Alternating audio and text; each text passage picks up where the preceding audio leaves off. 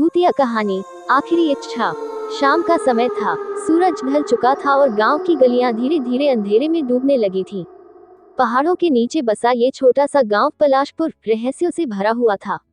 गांव वाले कहते थे कि जंगल के उस पार, जहां कोई नहीं जाता, एक पुराना हवेली है, जिसे लोग विष्णु कोठी कहते हैं। वहां एक आत्मा रहती है, जो हर पूर्णिमा को किसी की आखिरी इच्छा पूरी करने के लिए आती है, मगर बदले में कुछ ले जाती है, किसी की जान।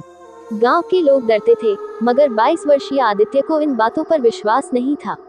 वह शहर से पढ़ाई पूरी करके हाल ही में गांव लौटा था। तार्किक सोच रखने वाला आदित्य ऐसे भूत प्रेत की बातों को सिर्फ अफवाह मानता था।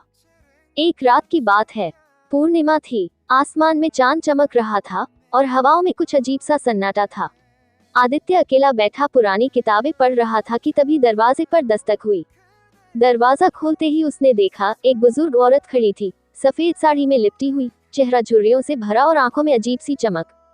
बेटा, थोड़ी देर बैठने दोगे? उसने धीमी आवाज में कहा। आदित्य ने बिना सोचे समझे उन्हें अंदर आने दिया। उन्होंने कहा कि वो जंगल के पार से आए हैं और उन्हें यहाँ रात बितानी है। आदित्य ने पूछा, अम्मा, इस उम्र में आप जंगल के पार क्या कर रही थी? उन्होंने धीरे से कहा, मैं किसी की आखिरी इच्छा पूरी करने आई हूँ। आदित्य चौंक गया, उसकी आंखों में एक हल्का डर उभरा, मगर वह खुद को संभालते हुए बोला, आपका मतलब? किसकी इच्छा?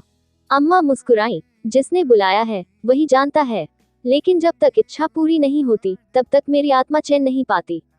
अब आदित्य को कुछ अजीब लगने लगा। उस औरत का चेहरा धीरे धीरे बदला बदला सा लगने लगा था। वह ठंडी हवा कमरे में फैलने लगी थी और दीवार पर लगी घड़ी की टिक टिक अचानक तेज हो गई। क्या तुम कुछ खो चुके हो, बेटा? अम्मा ने पूछा। आदित्य ने एक पल सोचा और उसकी आंखों में आंसू आ गए। हाँ, मेरी बहन अनु पिछले साल इसी महीने एक एक्सीडेंट में चली गई। अम्मा की आंखें चमक उठी। क्या तुम उसे फिर से देखना चाहते हो? उससे एक आखिरी बार मिलना चाहते हो? आदित्य अवाक रह गया। दिल से आवाज आई, हाँ।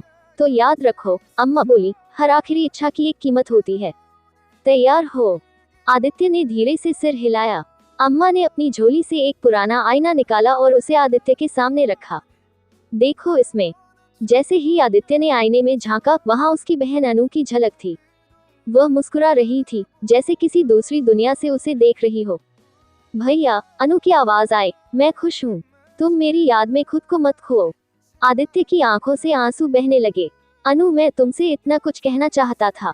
बस इतना जान लो कि मैं हमेशा तुम्हारे पास हूँ, अनु ने कहा। अगले ही पल छवि गायब हो गई। आदित्य अम्मा की ओर पलटा, लेकिन वह वहां नहीं थी। कमरा ठंडा था, हवाएं थम चुकी थीं, और उस जगह जहां अम्मा बैठी थी, वहां सिर्फ राख पड़ी थी और एक छोटा सा कागज। हर आखिरी इच्छा पूरी होती है, मगर कोई न कोई हमेशा अधूरा रह जाता है। अगली सुबह गांव में हलचल मच गई। आदित्य की लाश उसके कमरे में मिली। चेहरा शांत था, जैसे किसी गहरे सुकून में सो गया हो। उसके हाथ में वही आईना था और उसके होठों पर एक हल्की सी मुस्कान। गांव वालों ने फिर से जंगल की ओर देखना शुरू किया, डर और श्रद्धा के मिले जुले भाव के साथ। विष्णु कोठी अब फिर से चर्चा में थी, और कहते हैं, हर पूर्णिमा की रात, जब चांद पूरा होता है, कोई न कोई आत्मा अपनी अधूरी इच्छा पूरी करवाने के लिए लौटती है, और किसी की आखिरी इच्छा बन जाती है उसकी आखिरी सांस।